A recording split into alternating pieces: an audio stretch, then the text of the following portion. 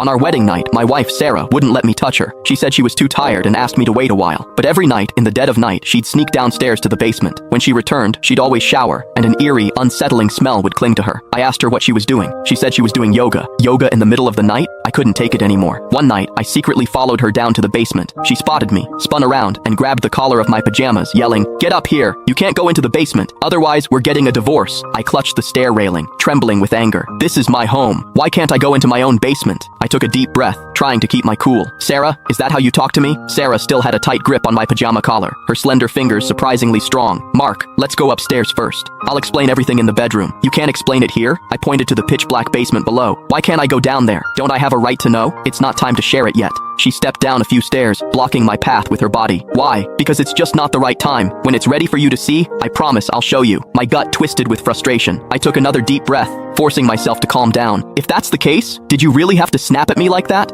She bit her lip. "I was just a little worked up, you know? Besides, you know I'm direct. You're used to that." I scoffed and turned to go upstairs. Fine. I'd wait until she left for work tomorrow. Then I'd check out what was really going on down there. Back in bed, I tossed and turned, unable to sleep. There had to be something fishy going on in that basement. Something serious. Was it a secret Sarah didn't want anyone to know? I looked at her. She was also awake, staring at the ceiling, lost in thought. Finally, I couldn't hold back. I reached out, wanting to gently caress her cheek. "What are you doing?" She pulled away like she'd been burned, glaring at me with disgust. The kind of look you give something revolting. I spun around, glaring at her. "You said you needed time, that we couldn't be too intimate yet. And I get that. But why such a strong reaction when I just touched you? How many times have I explained this? It's a psychological thing. I'm looking for a therapist, aren't I?" She tapped me with her phone, not even her hand. Was I really that repulsive to her? Could I even believe her? But right then, I had no choice but to wait. I sighed and rolled over. It all had to connect to that basement. I had to find out what was going on. Morning came. As usual, I made breakfast Sarah's favorite. She stayed distant, eating silently without a word to me. Felt like I was her maid, not her husband. After breakfast, I drove her to work. We both worked in sales at the same perfume company, Serenity Scents. After parking, she walked into the building. Once she was out of sight, I quickly told a coworker I'd be out and left the office. I didn't take my car instead.